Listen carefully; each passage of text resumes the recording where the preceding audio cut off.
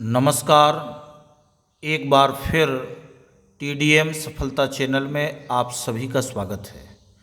आज हम इस वीडियो के द्वारा कक्षा 10 गणित के अध्याय 4 द्विघात समीकरण के अध्याय को हम हल कर रहे थे। तो आज इस वीडियो के द्वारा हम प्रश्नावली 4.2 के प्रश्नों को हल करेंगे। तो इसके पहले आपने उदाहरणों को हल किया। अब हम प्रश्नावली के प्रश्नों में देखते हैं कि पहले प्रश्न के द्वारा गुणनखंड विधि से निम्न द्विघात समीकरणों के मूल ज्ञात कीजिए। हमें यहाँ पर 5 प्रश्न दिए गए हैं। इन द्विघात समीकरणों के मूल ज्ञात करना है। तो हम इन समीकरणों के मूल कैसे ज्ञात करेंगे? जिस प्रकार से हमने उदाहरणों में मूल ज्ञात किए हैं उसी प्रकार से हम पहले प्रश्न के सभी द्विघात समीकरणों के मूल ज्ञात करेंगे। तो हम देखते हैं प्रश्नावली 4.2 के पहले प्रश्न को हम हल कर रहे हैं। तो पहले प्रश्न में जो पहले भाग में पूछा गया है कि x² - 3x - 10 = 0, इसके हमें मूल ज्ञात करना है। ये द्विघात समीकरण है। तो हमने इसके पहले देखा है कि हम मध्य पद को 2 भागों में बांटते हैं, यानी कि हमें गुणा करने में एक यहाँ का गुणांक है और -10। गुणा करने में हमें -10 चाहिए, जोड़ने या घटाने में -3 चाहिए। तो ऐसी 2 संख्याएं हमें प्राप्त करनी हैं जिनका यदि हम गुणा करें तो -10 हो जाए, जोड़ने या घटाने में -3 हो जाए। तो हम 10 के फैक्टर कर लेते हैं। तो 10 के फैक्टर क्या होंगे? 2 और 5, 2 पंचे 10 और 5 में से 2 घटाएंगे तो 3। लेकिन 3 माइनस का चाहिए तो हम बड़ी संख्या माइनस की ले लेंगे, यानी कि माइनस का 5 ले लेंगे और प्लस का 2 ले लेंगे। तो हम लिखेंगे x² + 2x - 5x - 10 = 0। तो हमने मध्य पद को 2 संख्याओं में बांट दिया। अब आगे हम कॉमन ले लेते हैं। इन दोनों में हमने x कॉमन लिया तो यहाँ से x + 2।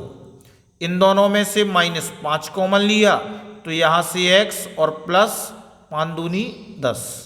चेक कर लो, माइनस के 5x और माइनस प्लस का गुणा -5 दूनी 10 = 0। आगे अब आपका ये दोनों में है तो x + 2 × x - 5 = 0। जब x धन 2 = 0 एवं x - 5 = 0 तब x = -2 और x = 5। तो अब हम उत्तर में बता सकते हैं। अतः -2 और 5 दिए गए समीकरण के मूल हैं। तो इस तरह से आप पहले भाग को हल कर लेंगे। अब दूसरे में देखते हैं। दूसरा में जो कहा गया है कि 2x² + x - 6 = 0। तो इसमें अब आप देखें कि हम x² के गुणांक का और अचर पद का गुणा करते हैं। 2 का गुणा -6 से करेंगे, 2 छक्के 12। तो हमें गुणा करने में -12 चाहिए और जोड़ने और घटाने में 1 चाहिए। तो हम 12 की क्या कर लेते हैं? फैक्टर कर लेते हैं। 12 के फैक्टर करेंगे तो 2 छक्के 12, 2 तिहाई 6 और 3 एकम 3। अब हम इसमें से संख्याएं 2 फिट कर लेते हैं, यानी कि 1 होना चाहिए, 2 दूनी 4 और 3 एकम 3, यानी कि 1 4 और 1 3। लेकिन चिन्ह कैसे हों इनके? चूंकि हमें गुणा करने में -12 चाहिए तो 1 को हमें माइनस लेना पड़ेगा और हमें जोड़ने या घटाने में 1 चाहिए। तो यहाँ पर हम घटाने पर 1 मिलेगा और वो भी प्लस का, तो प्लस की संख्या बड़ी ले लेंगे और माइनस की छोटी। तो घटाएंगे तो प्लस का 1 आ जाएगा और इन्हीं का गुणा कर देंगे तो -12 हो जाएंगे। तो हम लिखेंगे कि 2x² plus 4x minus 3x minus 6 बराबर 0। तो यहाँ होता है, अब कॉमन लेते हैं तो 2x कॉमन ले लिया तो इनटू में आ गया x प्लस 2। फिर हमने माइनस 3 कॉमन लिया तो यहाँ हो गया x प्लस 2। चेक कर लें, माइनस के 3x और माइनस का गुणा प्लस से, तो माइनस 3 दूनी 6 बराबर 0। तो अब ये दोनों में एक हो गया, तो हम लिख लेंगे कि x plus 2 into 2x minus 3 बराबर 0। जब x धन 2 बराबर 0 एवं 2x माइनस 3 बराबर 0, तब x बराबर -2 और 2x बराबर 3, तो x बराबर आ गया 3/2। तो अब हम उत्तर में बता देंगे कि अतः -2 और 3/2 दिए गए द्विघात समीकरण के मूल हैं। इस तरह से हम इस प्रश्न को हल कर लेंगे। अब इसका तीसरा भाग देखते हैं। √2x² प्लस 7x प्लस 5√2 बराबर 0। अब हमें 7x की दो संख्याएं बनानी है, तो हम देखते हैं कि इसका और इसका करते हैं गुणा। तो √2 का गुणा 5√2 से करेंगे, तो √2 का गुणा √2 से होगा तो 2 आएगा, और 2 का गुणा 5 से होगा तो 5 दूनी 10। और जोड़ने और घटाने में 7 चाहिए, गुणा करने में 10 चाहिए। तो 10 के फैक्टर करेंगे तो 2 और 5 आएगा, तो 2 पंचे 10 जोड़ेंगे तो 2 और 5 7 हो जाएगा, गुणा करेंगे तो 10 हो जाएगा। तो हम इसको लिखेंगे √2x², ये तो आपका प्रश्न ही हो गया। अब आगे लिखा √2x² plus 2x plus 5x, जोड़ने पर 7x और गुणा करने पर 10, और ये हो जाएगा आपका 5√2 बराबर 0।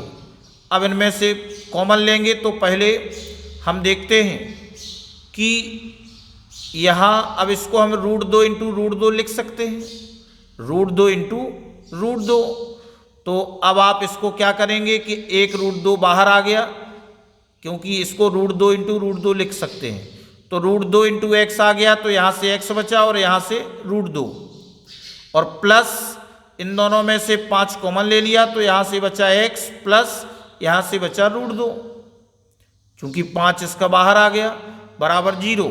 तो ये दोनों में सेम हो गया, तो हम लिख देंगे कि x plus √2 into √2 into x plus 5 बराबर 0। जब x प्लस √2 बराबर 0 एवं √2x प्लस 5 बराबर 0, तो x बराबर हो गया -√2 और x बराबर -5/√2। अतः -√2 एवं -5/√2 दिए गए द्विघात समीकरण के मूल हैं। इस तरह से आप इसको हल कर लेंगे।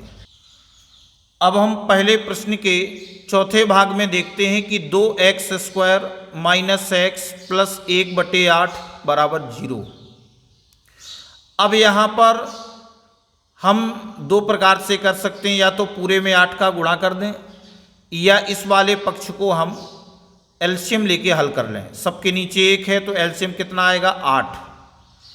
अब 8 का गुणा करेंगे, 8 दूनी 16 x² माइनस 8 एकम 8x प्लस 8 से 8 ये हो जाएगा, और बचेगा 1 बराबर 0। अब इसमें अब 3 गुणा कर देंगे, इसके नीचे 1 होगा, 1 का गुणा इधर होगा तो आएगा 16x² माइनस 8x प्लस 1, और 8 का गुणा इधर 0 में होगा तो 0 आएगा। क्या करने पर? 3 गुणा करने पर। अब हम इसे आगे सरल करते हैं, तो अब इसके फैक्टर बनाएंगे, तो देखो गुणा करने में 16 एकम 16 और जोड़ने और घटाने में -8, तो 4 चौके 16 गुणा करेंगे तो 16 आएगा, और -4 जोड़ेंगे तो -8 आ जाएगा। 16 के हम फैक्टर करके भी कर सकते हैं, तो 16x² माइनस 4x प्लस 1 बराबर 0। अब कॉमन ले लेंगे, तो इन दोनों में से पहले कॉमन लिया 4x, तो यहाँ से बचा 4x माइनस 1, क्योंकि ये बाहर आ गया, गुणा करके चेक कर सकते हैं। इन दोनों में से -1 लिया तो यहाँ से 4x - 1, जितना यहाँ आएगा उतनी यहाँ आना चाहिए, बराबर 0। अब एक हो गया 4x - 1 और एक हो गया 4x - 1 बराबर 0। जब 4x - 1 बराबर 0 एवं 4x - 1 बराबर 0, तब 4x बराबर 1, 4x बराबर 1 तो x बराबर 1/4 और इधर x बराबर 1/4। अब हम उत्तर में बता देंगे, अतः द्विघात समीकरण के मूल 1/4 और 1/4 हैं। इस तरह से आप इस पूरे को हल कर लेंगे। अब आगे आप देख रहे हैं कि पांचवा जो दिया गया है कि 100x² - 20x + 1 बराबर 0। तो यहाँ पर गुणा करने में हमें 100 चाहिए और जोड़ने या घटाने में -20 चाहिए। तो हम आराम से कर सकते हैं। यदि 10 धाम 100, दो संख्याएं 10 और 10 ले लें, दोनों माइनस की ले लें तो -20 हो जाएंगे और माइनस के प्लस के 100 हो जाएंगे गुणा करने में। तो हम देख रहे हैं कि 100x² - 10x - 10x + 1 बराबर 0। अब कॉमन ले लेंगे, तो कॉमन लेंगे तो 10x हमने कॉमन ले लिया, तो यहाँ से 10x और -1, फिर इन दोनों में से -1 कॉमन लिया तो यहाँ बचा 10x और -1, चेक भी कर लो, माइनस के 10x माइनस प्लस 1 एकम 1 बराबर 0। अब हम देख रहे हैं कि 10x - 1 और 10x - 1 बराबर 0। जब 10x - 1 बराबर 0 एवं 10x - 1 बराबर 0, तब 10x बराबर 1, 10x बराबर 1 और x बराबर हो गया 1/10 और इधर भी x बराबर 1/10। अब हम उत्तर में बता देंगे, अतः द्विघात समीकरण के मूल 1/10 और 1/10 हैं। इस तरह से आप इसको हल कर लेंगे। अब हम देखते हैं दूसरा प्रश्न। दूसरे प्रश्न में कहा गया है कि उदाहरण 1 में दी गई समस्याओं को हल कीजिए। उदाहरण 1 में, तो उदाहरण 1 में हम इसके देखते हैं। आप देखेंगे कि उदाहरण 1 में निम्न स्थितियों को गणितीय रूप में व्यक्त कीजिए। तो यहाँ पर तो हमें गणितीय रूप में व्यक्त करना था, लेकिन यहाँ पर हमें इसे पूरी तरह से हल करना है। समस्याओं को हल कीजिए। तो अब हम इसका प्रश्न देख लेते हैं। इसमें 2 भाग दिए गए हैं। तो इसके पहले भाग में हम देखते हैं कि जॉन और जीवंती दोनों के पास कुल मिलाकर 45 कंचे हैं। ध्यान देना, जॉन और जीवंती दोनों के पास कुल मिलाकर 45 कंचे हैं। दोनों 5-5 कंचे खो देते हैं और अब उनके पास कंचों की संख्या का गुणनफल 124 है। उनके पास कंचों की संख्या का गुणनफल 124 है। हम जानना चाहेंगे कि प्रारंभ में उनके पास कितने कितने कंचे थे। तो अब हम इसे किस तरह से हल करेंगे देखते हैं। तो अब हम दूसरे प्रश्न का पहले नंबर का हल देखते हैं। तो हमने सबसे पहले माना कि जॉन के पास कंचे x, चूंकि बताना तो हमें दोनों के हैं, तो हमने मान लिया कि जॉन के पास कंचे x हैं और कुल मिलाकर के टोटल कितने हैं 45। तो हम जीवंती के पास कंचे कितने होंगे 45 में से हम जॉन के माइनस कर देंगे, यानी टोटल मिलाकर के 45 हैं। तो हमने जॉन के यदि x मान लिए तो हम जीवंती के क्या करेंगे, टोटल में से इसके जॉन के माइनस कर देंगे। तो 45 - x हो गया। अच्छा, अब हम जानते हैं कि उनमें से 5-5 कंचे खो देने के बाद, चूंकि उनके 5-5 कंचे वो दोनों क्या करते हैं खो देते हैं, तो खो देने के बाद जॉन के पास कंचे, अब जब जॉन के पास x कंचे थे और इसमें से वह 5 खो देगा, यानी कि उसमें से 5 कम जाएंगे, तो कितने बचेंगे, x माइनस 5। तो ये तो जॉन के पास बचे कंचे। अब जीवंती के पास कितने बचेंगे, इसमें भी हम 5 कम कर देंगे, तो जीवंती के पास बचे कंचे 45 माइनस एक्स पहले से थे और 5 हमने और माइनस कर दिए, तो यहाँ पर 45 में से 5 घट गए तो कितने आ गए, 40 माइनस एक्स। तो 5 कंचे खो देने के बाद जॉन के पास x माइनस 5 और जीवंती के पास 40 माइनस एक्स। अब प्रश्नानुसार प्रश्न कहता है, प्रश्न में क्या कहा है कि उनके पास कंचों की संख्या का गुणनफल 124 है। तो इनका गुणनफल यदि हम करें तो x माइनस 5 और 40 इंटू 40 माइनस एक्स बराबर 124। अब हम इसे सरल करते हैं, तो पहले हमने 40 का गुणा किया 40x, फिर 4 पंचे 20 200, माइनस एक्स का किया माइनस एक्स स्क्वायर, फिर माइनस 5x बराबर 124। अब इसे हमने व्यवस्थित किया, पहले एक्स स्क्वायर का पद माइनस एक्स स्क्वायर, फिर इसके बाद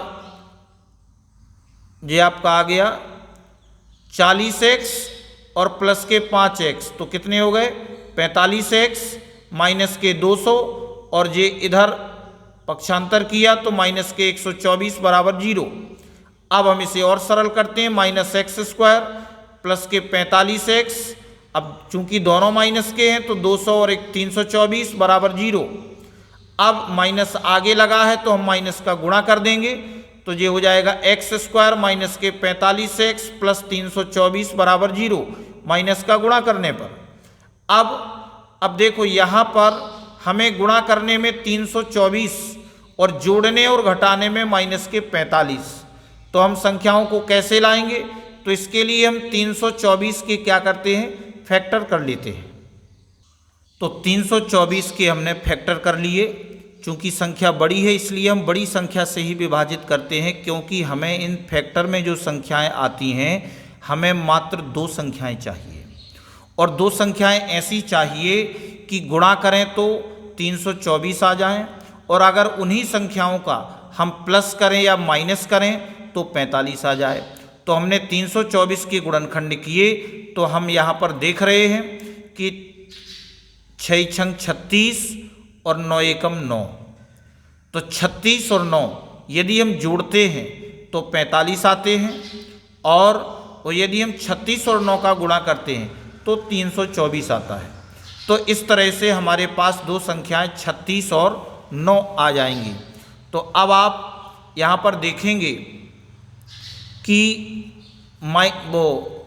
जब हमने 45 के यहाँ पर एक कर दिए, तो अब चूंकि इसके चिन्ह बदल चुके हैं, माइनस का गुणा हो गया है, तो हमें जोड़ने और घटाने में माइनस के 45 और गुणा करने में प्लस के 324, तो हमने दोनों संख्याओं को माइनस ले लिया। एक्स स्क्वायर माइनस के 9x माइनस के 36 जोड़ेंगे तो माइनस के 45 और गुणा करेंगे तो प्लस के 324 बराबर 0। अब आगे हम कॉमन ले लेते हैं, इन दोनों में x कॉमन है तो यहाँ बचा x माइनस के 9, और इन दोनों में से माइनस के 36 कॉमन लिए तो यहाँ से x माइनस 9 बराबर 0। अब आगे x minus 9 into x minus 36 बराबर 0। तो जब x माइनस 9 बराबर 0 एवं x माइनस 36 बराबर 0, तब x बराबर 9 और x बराबर 36। तो अब हम यहाँ पर देख रहे हैं कि दोनों ही धनात्मक संख्याएं प्राप्त हुई हैं, x बराबर 9 और x बराबर 36। तो अब आप इसमें क्या करेंगे, आप समझेंगे कि जब x का मान 9 होगा, अर्थात हमने 9 किसको माने, वो x किसको माना था, जॉन के पास। अगर जॉन के कंचे अगर 9 होंगे, समझ लें, अगर x बराबर हम 9 रखते हैं तो जॉन के कंचे 9 होंगे, तो जीवंती के पास कितने होंगे, अब 9 हम माइनस कर देंगे 45 में से तो 36 होंगे।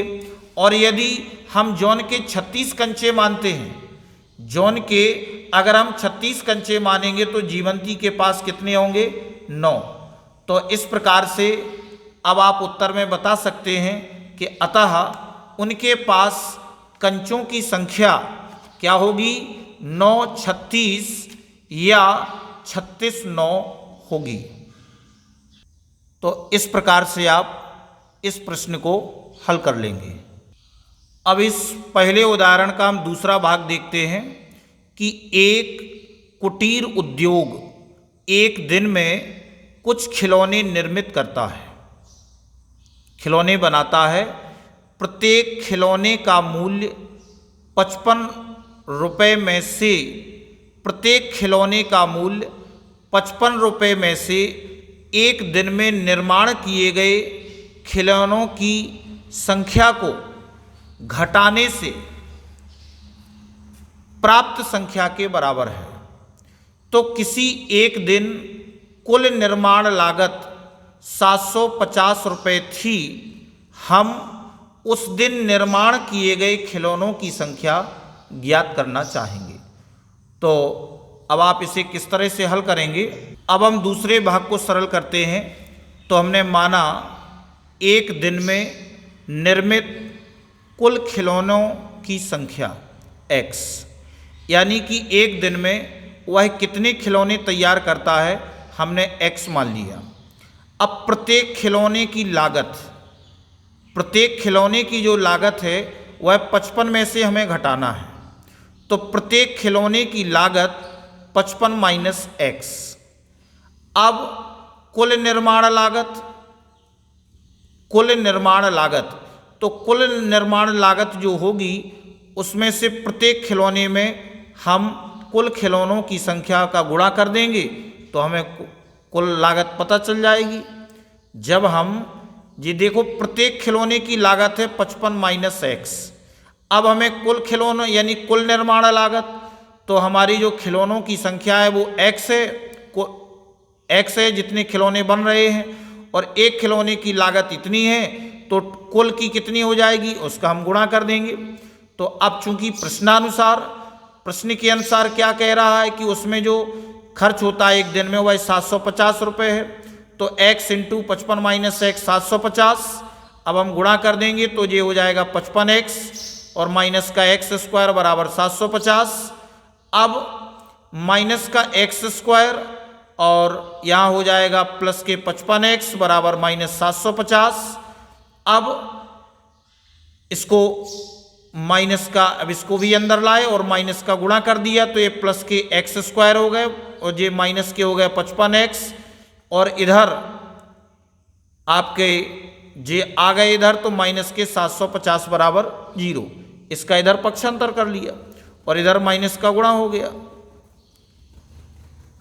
अब देखो माइनस का अंदर गुणा किया तो ये प्लस के हो गए और ये माइनस के हो गए, और इधर ये पहले माइनस के होंगे और जब इनका पक्षांतर करेंगे तो ये प्लस के 750 बराबर 0।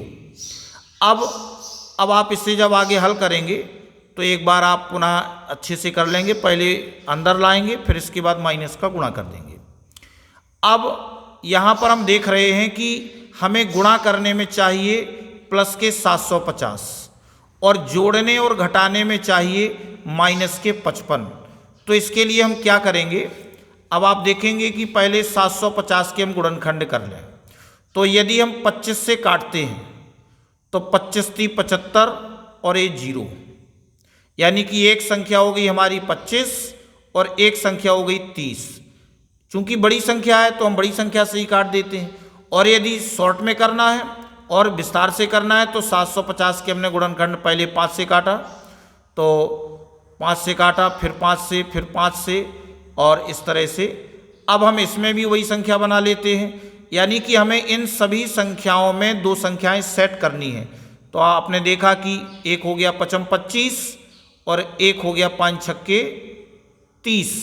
तो 25 और 30 ही हमारी ऐसी दो संख्याएं रहेंगी जिनको हम कर सकते हैं। तो दोनों माइनस की ले लेंगे, गुणा करने में प्लस हो जाएगा और जोड़ने में माइनस के 55। तो 25x और माइनस के 30x। अब कॉमन लिया x तो x माइनस 25 और इनमें से माइनस 30 कॉमन लिया तो x माइनस 25 बराबर 0। अब x माइनस 25 और x माइनस 30 बराबर 0।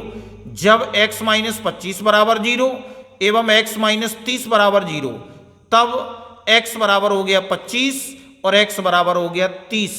अब यहाँ पर भी हम देख रहे हैं कि दोनों संख्याएं धनात्मक आ रही हैं। तो हम जहाँ मान रहे थे तो वहाँ पर आपको ध्यान देना है कि अगर हम कुल खिलौनों की संख्या x बराबर 25 मानते हैं, कुल खिलौनों की संख्या अगर हम 25 मानते हैं तो कुल निर्माण लागत इसमें से तो प्रत्येक खिलौनों की जो संख्या होगी वह कितनी होगी 30, चूंकि हमें 55 में से माइनस करना पड़ेगा तो प्रत्येक खिलौनों की संख्या 30 होगी। और यदि हम यानी 30 खिलौने मानते हैं, एक दिन में निर्मित किए गए खिलौनों की संख्या अगर 30 है तो हम माइनस करेंगे तो प्रत्येक खिलौनों की संख्या 25 होगी। तो इस प्रकार से हम आखिरी में बता देंगे कि अतः उस दिन निर्मित खिलौनों की संख्या यानी उस एक दिन में बनाए गए खिलौनों की संख्या 30 या 25 है। या तो उस दिन 25 बनाए होंगे या 30 बनाए होंगे, आप किसी भी प्रकार से इसको कर सकते हैं। तो इस वीडियो में बस इतना ही। नेक्स्ट वीडियो में हम अगले प्रश्नों को हल करेंगे। आपको ये वीडियो अच्छा लगा हो तो वीडियो के लिए कमेंट और शेयर अवश्य करें। धन्यवाद।